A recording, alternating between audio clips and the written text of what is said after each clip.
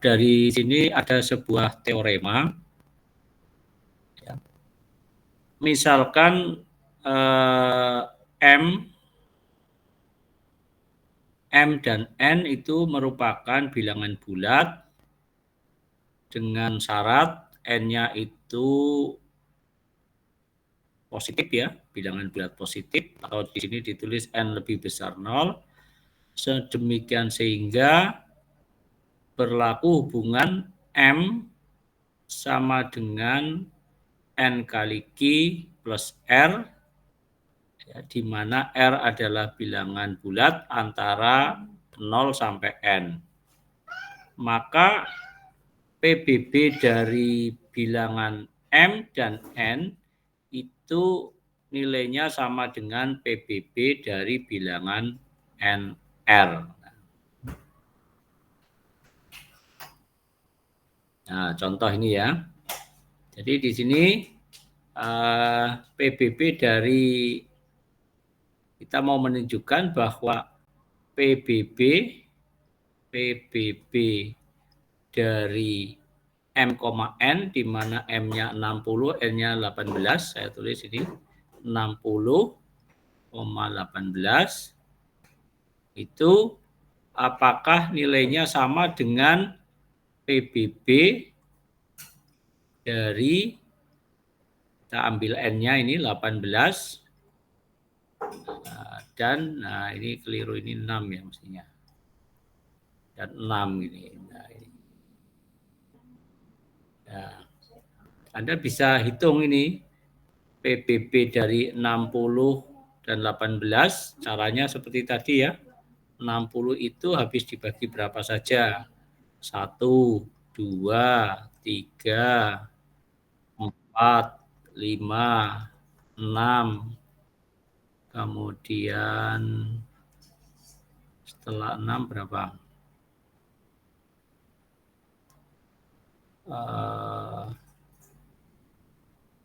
10 ya, 10. Lalu 12. Lalu 15. Lalu 20. Ya, lalu 30. Nah, yang terakhir 60. Kemudian 18 itu yang habis atau faktornya dari 18 itu ada 1,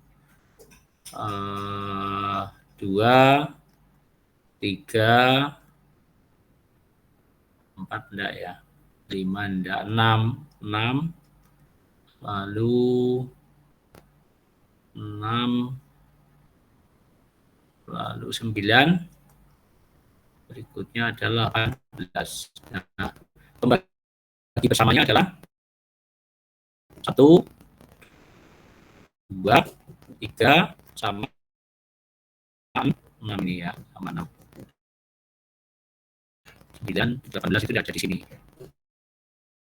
Nah, di antara pembagi bersama ini ada 1, 2, 3, dan 6, yang terbesar adalah 6.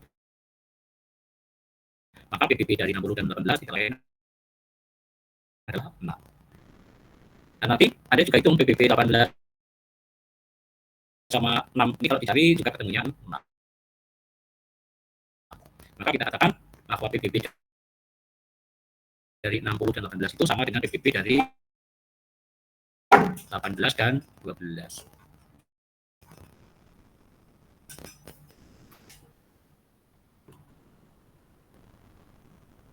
Nah, ini teorema Euclidean ya namanya.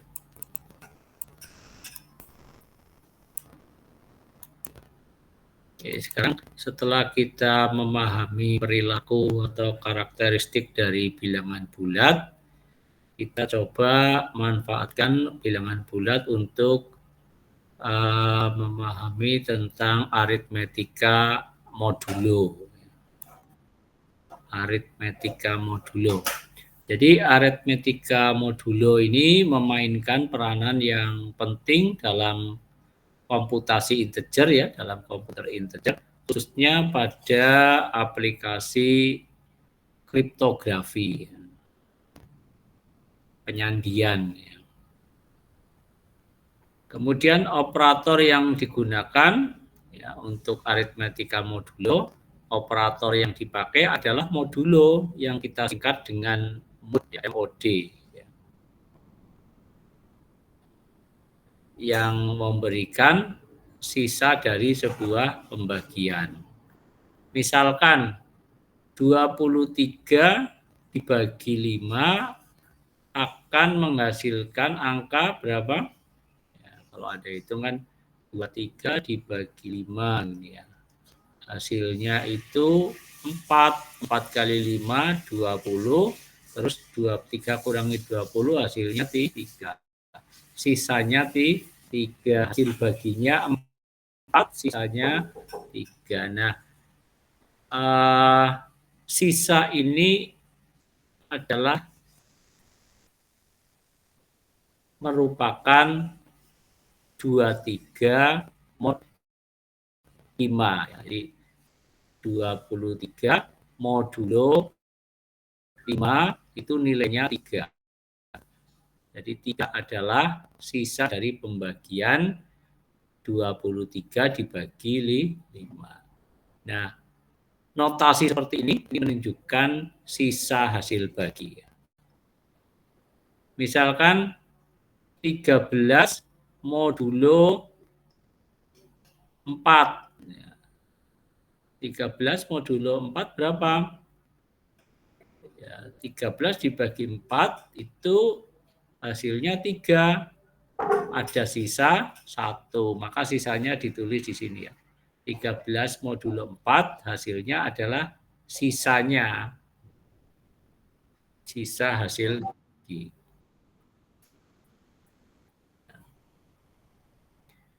Jadi penulisan atau notasi A mod M sama dengan R.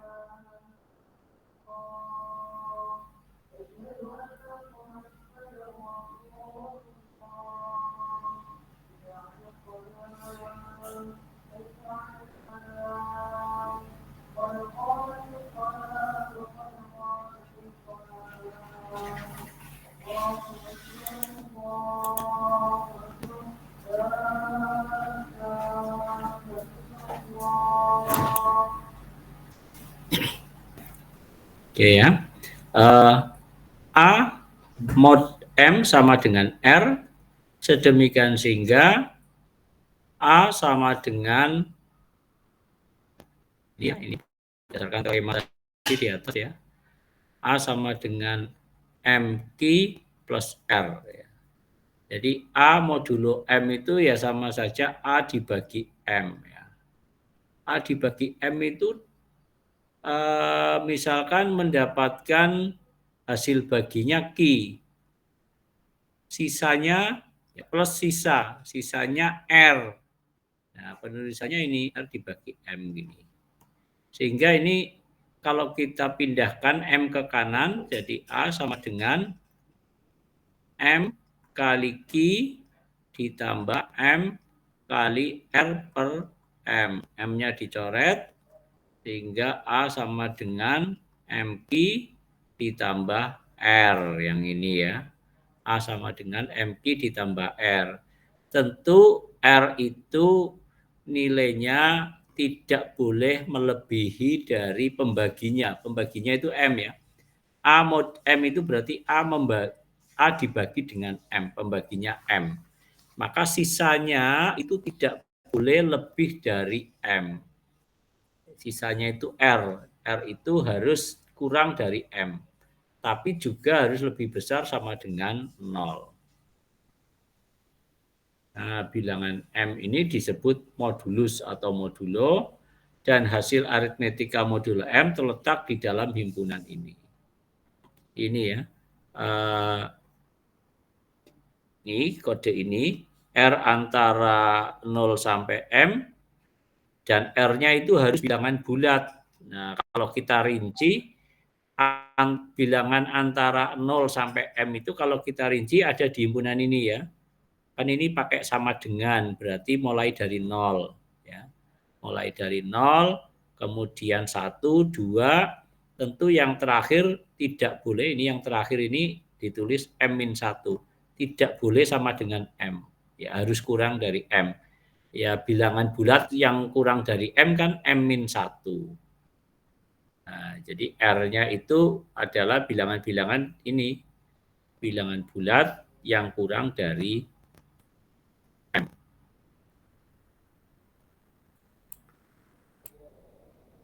Oke, ini beberapa contoh tentang modulo ya. 23 modulo 5 hasilnya 3 ya, ini sisanya. 27 modulo 3 sisanya 0. 6 modulo 8 hasilnya 6. Jadi ini ya, 6 dibagi 8 itu kan menghasilkan, ya ini kan karena 6 kurang dari 8 kan dibagi tidak punya hasil bagi ya, atau hasil baginya 0. Terus ada sisanya enggak? Ada, sisanya 6/8 ini tulisnya. Nah, sehingga ini kalau kita kalikan 8 pindah ke kanan ini sama dengan 8 kali 0 ditambah 8 kali 6/8. Ini dicoret, maka 6 sama dengan 8 kali 0 itu 0 ditambah 6 sama dengan 6. Nah, ini. Sehingga 6 modulo 8 itu hasilnya 6. 0 modulo 12 itu hasilnya 0 ya. Dan seterusnya. Sekarang yang negatif ini ya. Nah, kalau yang negatif ini 1. Lalu 41 dengan M ya. Angka bagi 41 dengan M mendapatkan sisa R aksen. Maka A modulo M sama dengan M dikurangi R aksen. Bila R aksennya tidak sama dengan 0 ya. Jadi ini ya, min 41 modulo 9 sama dengan 5 ya. Sehingga min 41 modulo 9 sama dengan 9 dikurangi 5. Jadi cara ngitungnya gitu ya. Jadi untuk menghitung modulo yang A-nya negatif itu dibikin positif dulu ya. Dikasih tanda mutlak 41. Nah, 41 modulo 9 ya, modulo 9. 41 modulo 9 itu kan menghasilkan hasil 41 dibagi 9 kan hasil baginya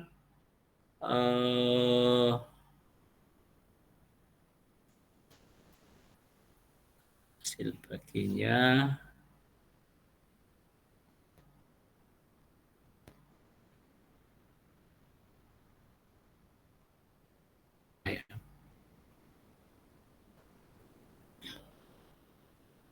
sisanya ya. Sisanya 5. Hasil baginya kan 4 ya. Kan ini 41 dibagi 9 ini kan dapat 4. 4 kali 9 36. Lalu dikurangi 41 kurangi 36 hasilnya 5. Maka 41 modulo 9 hasilnya 5. Jadi hasil ini adalah sisanya ya. Bukan hasil baginya tapi sisanya. Nah, untuk mencari minus ya, minus 41 modulo 9, maka kita menggunakan hasil ini ya. Jadi hasilnya adalah 9. 9 ini dikurangi hasil yang kalau positif ini. Dikurangi 5, hasilnya 4.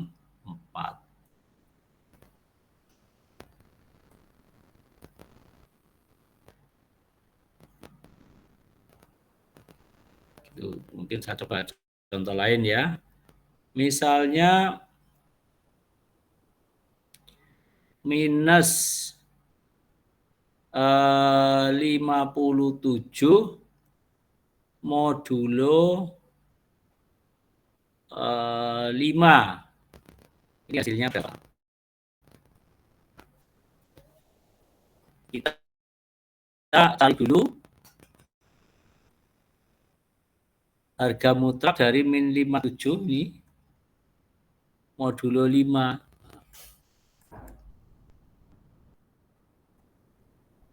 Atau sama saja 57 modulo 5. Nah, kita bagi saja 57 dibagi 5 menghasilkan sisa berapa? Ini 1, 5 kali 1, 5, 0 terus 7 ya. 7 bagi 5, 1, 1 kali 5, ketemunya 5, 7 kurangi 5, 2. Berarti sisanya 2. Ini hasilnya 2. Sehingga untuk yang minus, ya, untuk yang minus itu tentu hasilnya adalah 5 ini ya, 5 saya tulis lagi yang ini, tapi dikurangi hasilnya ini, dikurangi yang ini, dikurangi 2. Hasilnya 3. Jadi min 57 modulo 5 sama dengan 3. Tuh. Oke, lalu kita masuk ke ini, kode ISBN. Jadi buku yang resmi, yang diakui itu ada kode ISBN-nya. Nah, kode ISBN yang buku-buku tahun sebelum 2007 mungkin ya, itu kodenya ada 10 karakter atau 10 digit. Ya. Iya. Yang buku-buku yang tahun lama. Kemudian buku-buku yang baru yang sampai sekarang itu kodenya, kode ISBN-nya terdiri atas 13 digit. Ya.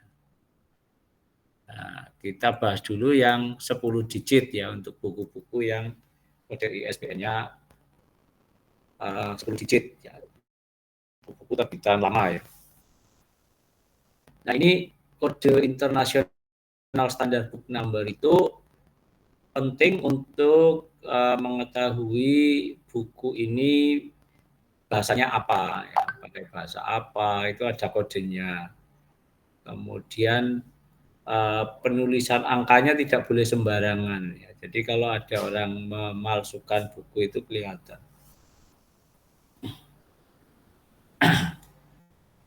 Oke. Kalau kita rinci ya kode ISBN itu yang 10 digit itu terdiri atas 4 bagian atau 4 kelompok ya, 4 kelompok kode. Kemudian kode-kode 4 kelompok ini ya 1, 2, 3, 4. Yang pertama, kelompok pertama itu digit awal ya, digit awal itu menunjukkan kode yang mengidentifikasi tentang bahasa yang digunakan dalam buku itu. Ya. Kalau buku bahasa Inggris biasanya kodenya 0 ya. Coba bagaimana cara menghitungnya. Ini ya contoh ini. Jadi ini kan ini sebentar saya hapus dulu ini. Nah, ini kita hitung dulu digitnya ada berapa ini. 1, 2, 3, 4, 5, 6, 7, 8, 9, 10. Ya, ini ada 10 digit. Nah,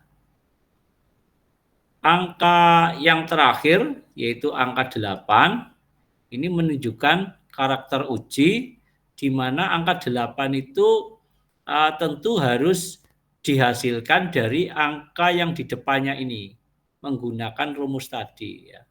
Anda lihat ini ya. Nih, tadi kan ada rumus sigma ya. Sigma I mulai 1 sampai 9 IXI. Nah, jadi kalau dijabarkan kan 1 kali X1 ditambah 2 kali X2 dan seterusnya. Nah, penjabaran itu untuk contoh ini ya. 1, ini kan 1.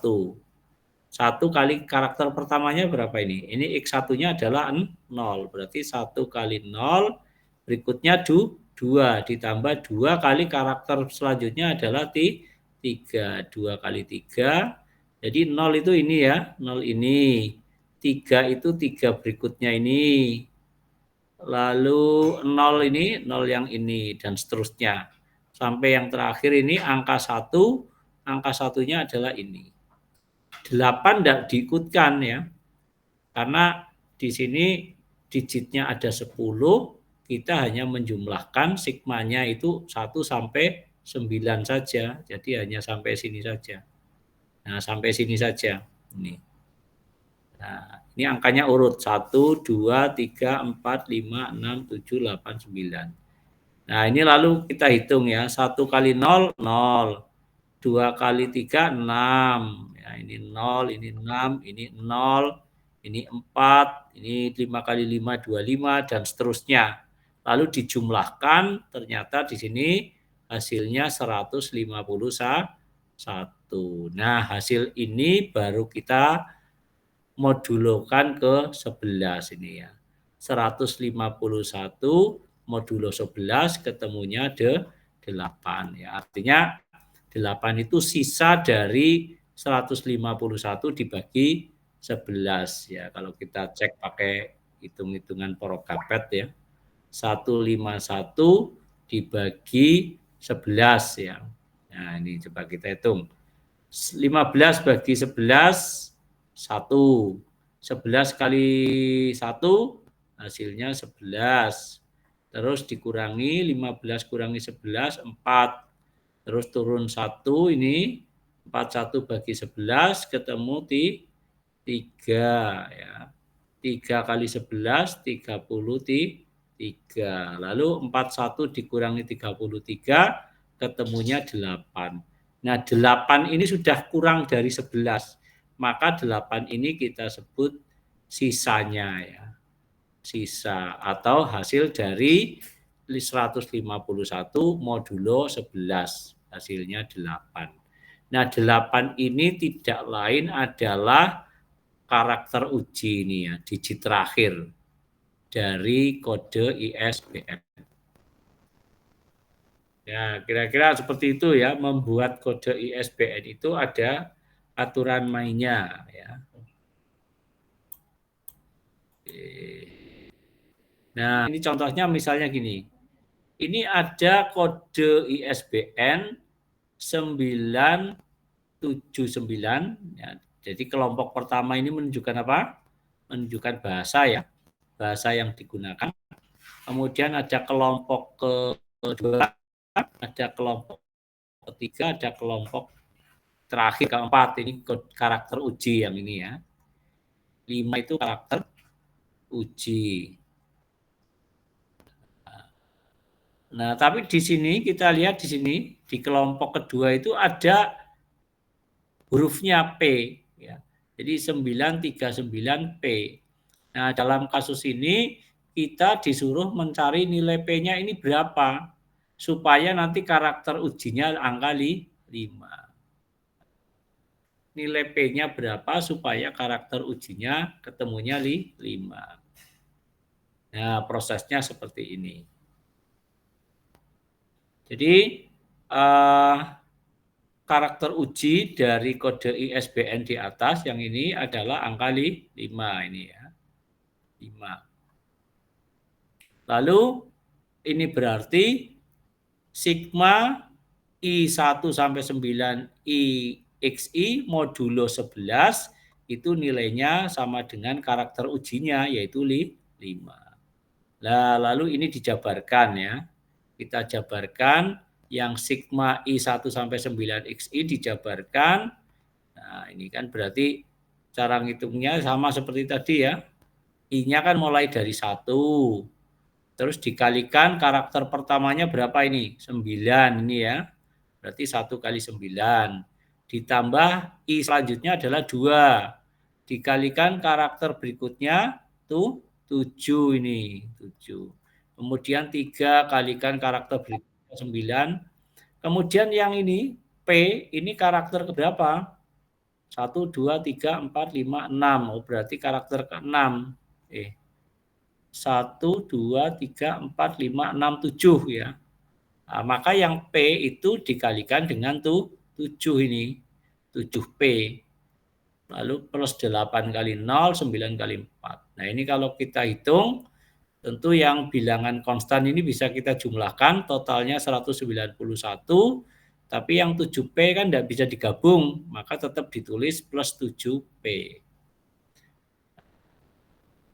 Nah, jadi ini hasil sigma. Nah, ini sekarang hasil ini dimodulokan 11. Supaya hasilnya karakter uji yaitu 5. Jadi 191 plus 7P modulo 11 hasilnya sama dengan 5. Berapakah nilai P? Maka langsung bisa kita tulis gini. Ya.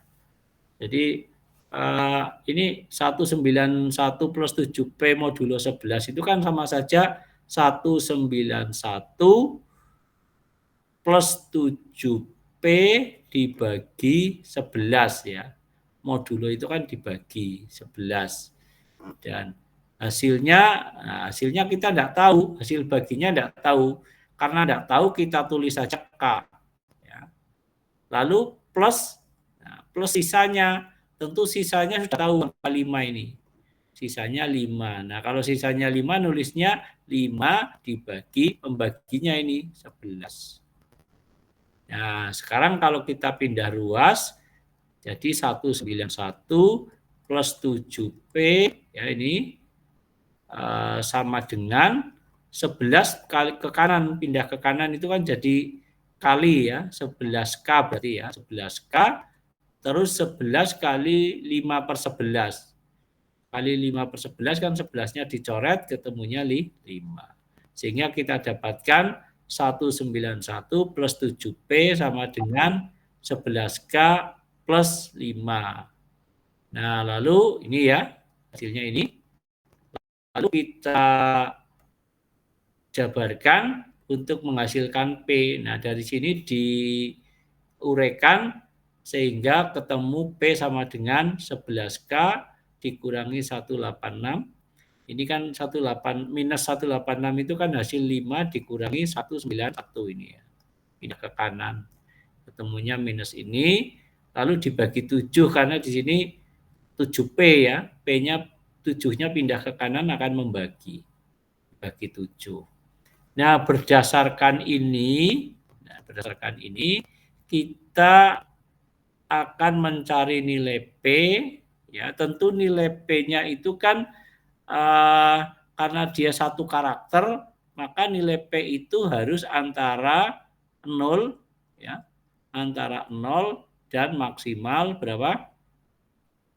9 ya, maksimal 9. Antara 0 sampai 9. Nah,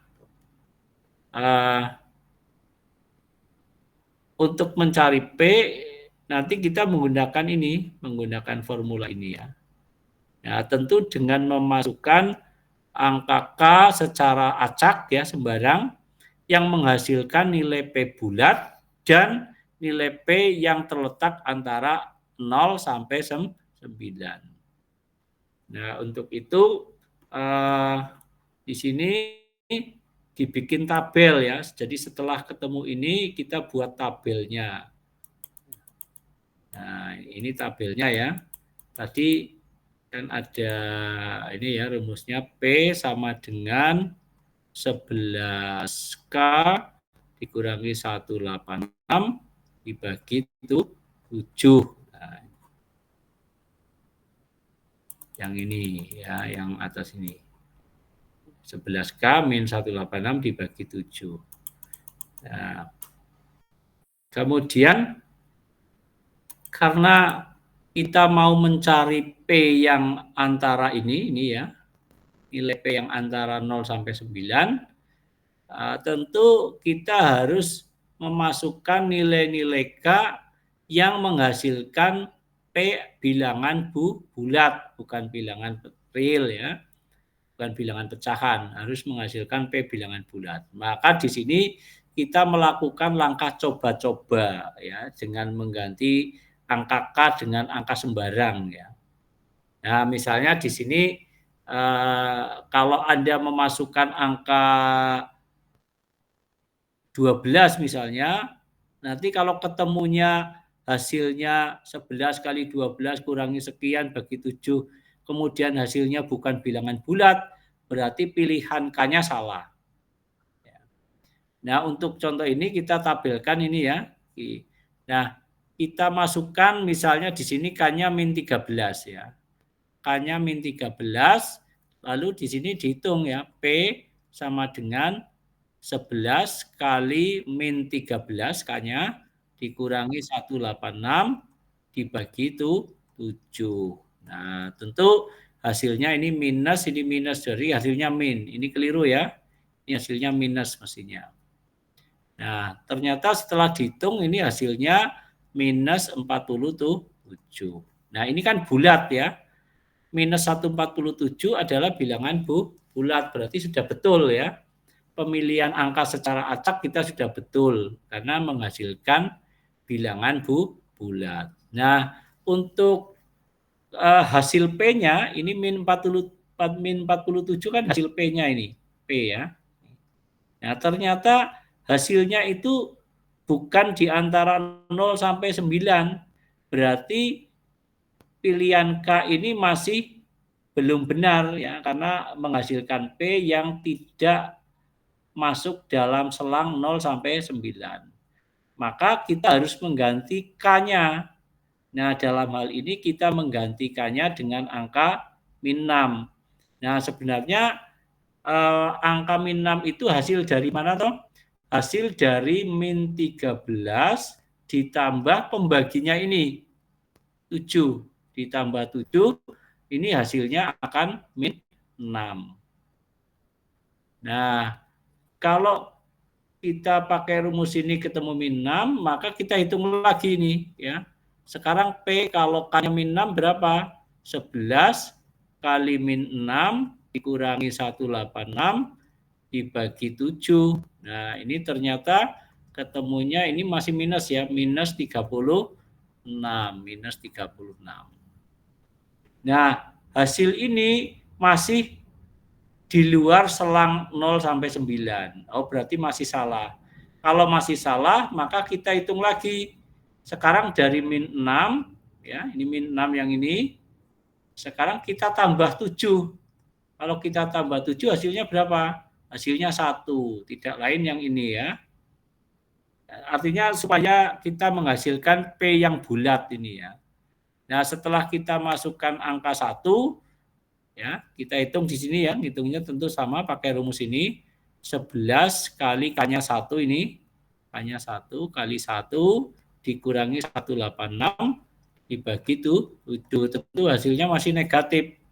Negatif 25. Tentu ini belum hasil yang diinginkan, karena yang diinginkan itu harus positif antara 0 sampai 9.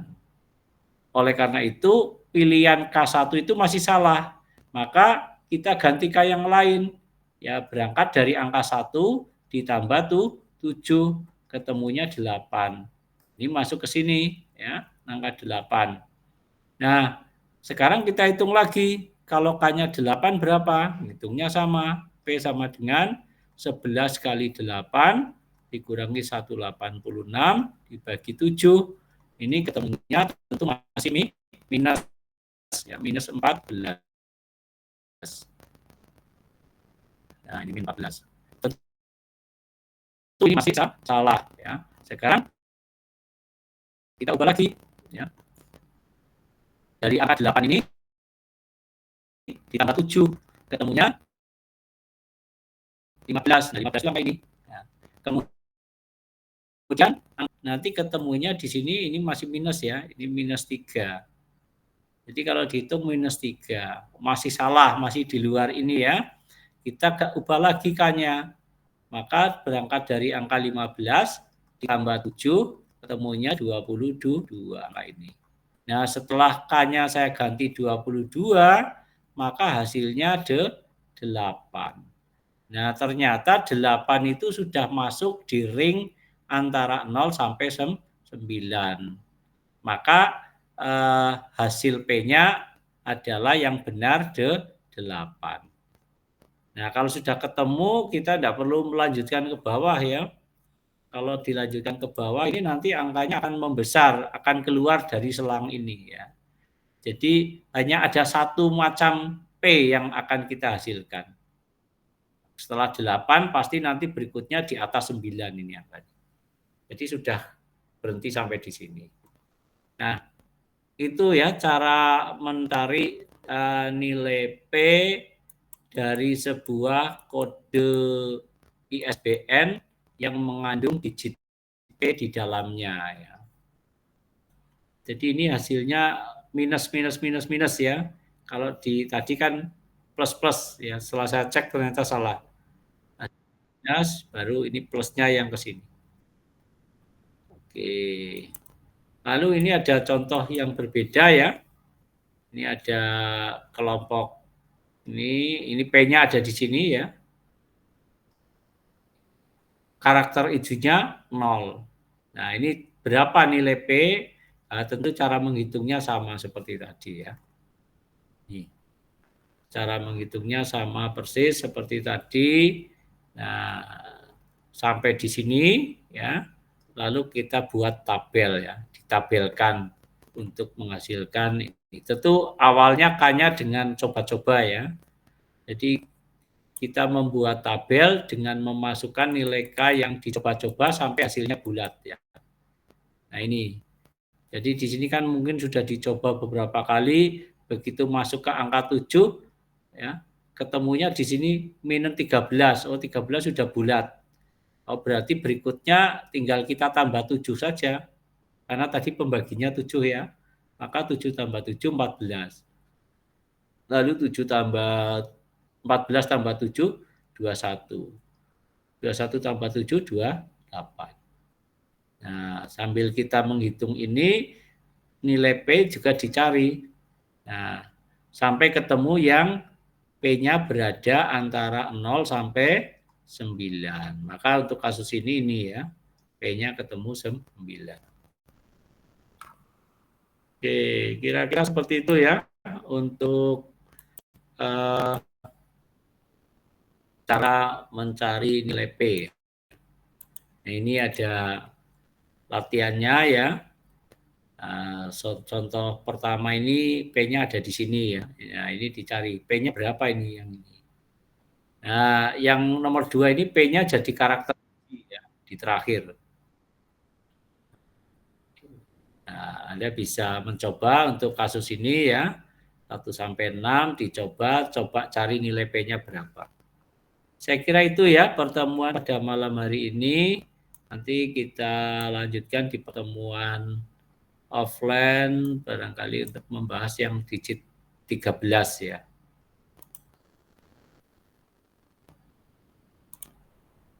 Nah, silakan kalau ada yang mau ditanyakan. Agak rumit ya, agak rumit. Bisa. Tidak ada, Pak. Tidak ada? Jelas, Pak, jelas. Sudah cukup jelas ya. Nah, kalau sudah cukup jelas, mungkin untuk mengetes apakah benar-benar bisa atau tidak, Anda mencoba soal ini ya. Dicoba sampai ketemu nilai P-nya. Nanti bisa ditanyakan kalau kok susah ya, kok dicari kok tidak ketemu-temu, bisa pas pertemuan offline bisa ditanyakan langsung. Oke ya, kalau tidak ada yang ditanyakan, mudah-mudahan apa yang saya sampaikan bisa dipahami. Saya sarankan Anda untuk mencoba latihannya supaya Anda tahu apakah Anda sudah mampu menjawab soal latihan ini ya, karena nanti ujian ya pasti soal-soalnya seperti ini ya. Salah satu soalnya ada mencari nilai P. Sekira itu, terima kasih atas perhatiannya. Kurang lebihnya mohon maaf. Wassalamualaikum warahmatullahi wabarakatuh. Waalaikumsalam warahmatullahi wabarakatuh.